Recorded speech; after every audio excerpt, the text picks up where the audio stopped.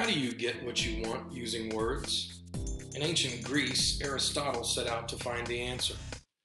Aristotle regarded rhetoric as one of the crowning intellectual disciplines. He emphasized the role of language in achieving precision and clarity of thought. One way to sharpen our understanding of language and thought is to learn the components of the rhetorical framework diagram. The diagram is a tool for textual analysis and creating logical arguments. Whether you are reading and analyzing a text, or you are creating your own text, the rhetorical framework will assist you in understanding the available means of persuasion. The framework diagram must become the lens by which you view all texts. Remember, every essay, poem, novel, political cartoon, photograph, and advertisement is designed to convince you of something. The rhetorical framework is divided into three major sections. As we move from the top of the diagram to the bottom, the rhetorical strategies become more complex. Beginning at the top of the diagram, the first level is the rhetorical situation. The rhetorical situation is made up of the following elements: exigence, audience, and purpose. The first element of the rhetorical situation is exigence. Exigence answers the following questions. What is the urgency? What prompted the writing of the text?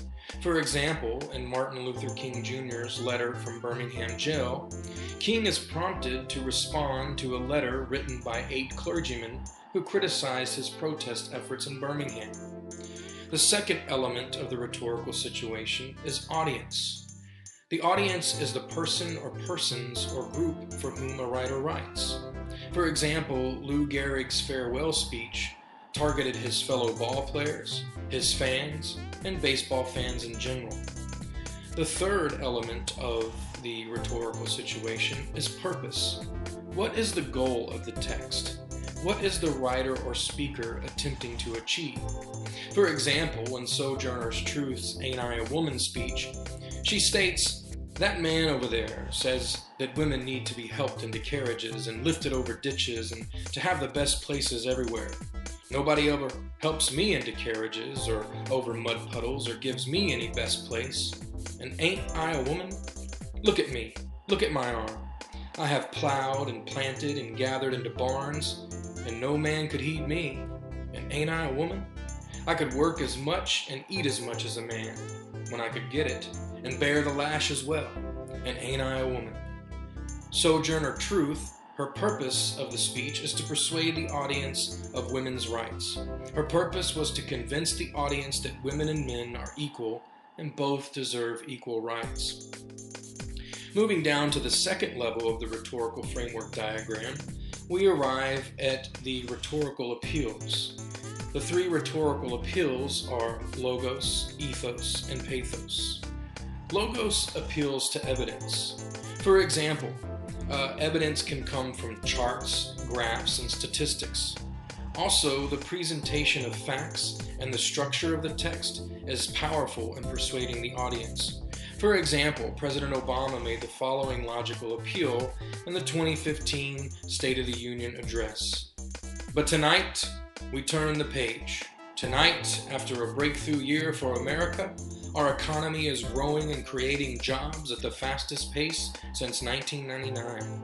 Our unemployment rate is now lower than it was before the financial crisis. More of our kids are graduating than ever before. More of our people are insured than ever before. And we are as free from the grip of foreign oil as we've been in almost 30 years. Obama cites historical precedent and economic data from the past years to strengthen his argument that recent progress has been substantial and that the nation's economy is in good health. The second rhetorical appeal is ethos. An ethos appeals to credibility, or common ground, or demonstration of knowledge.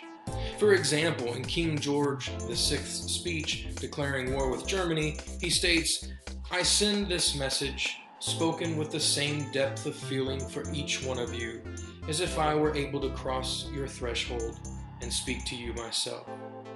As their king, he is not expected to present himself as a common man, yet he established the ethos of common experience.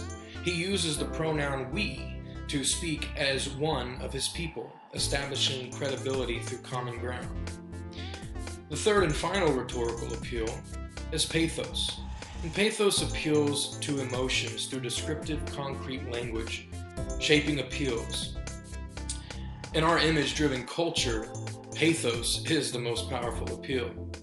Pathos can incite peace and just as easily incite war. Most advertising uses pathos, right? It promises you that there's something wrong and they have the cure. But a good example of pathos comes again from Martin Luther King Jr.'s letter from Birmingham jail, which contains appeals to fear, despair, anger, and foreboding, when he writes, "I guess it is easy for those who have never felt the stinging darts of segregation to say, 'Wait.'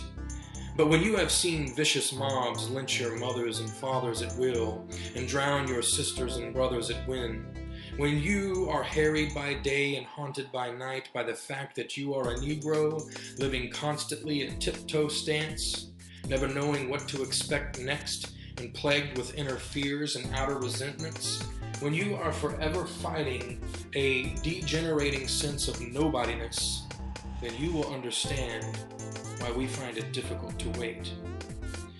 Knowing which of these appeals to use and how to use them depends on understanding the needs of your audience, as well as the right place and time to use them. The final level, and the more complex level of the rhetorical framework diagram, contains the surface features of a text.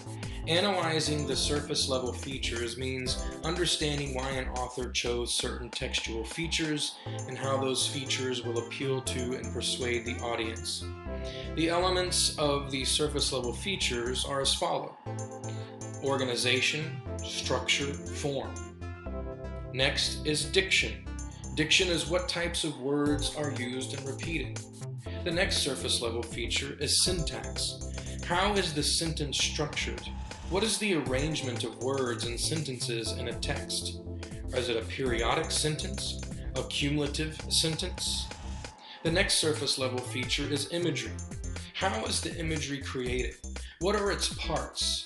What sense of the five senses or multiple senses, touch, taste, sight, smell, and hearing, are being evoked by that imagery? The next surface level feature is details. What's the setting? Who are the characters? What are the facts of the text that don't require quoting its language? The next component of surface level features is figurative language. What tropes or schemes are used? What similes, metaphors, hyperbole, personification, onomatopoeia, oxymoron, idiom, synecdoche, metonymy, alliteration, or assonance is used? And the final surface level feature is tone. What is the writer or speaker's attitude toward his or her subject? Remember, the framework diagram must become the lens by which you view all texts. Mastering the framework as an analysis tool will develop your reading, writing, and persuasive skills. So, if you want to use words to persuade others to get what you want, or more importantly, you want to be aware of when these same methods of persuasion are being used on you, rely on the rhetorical framework.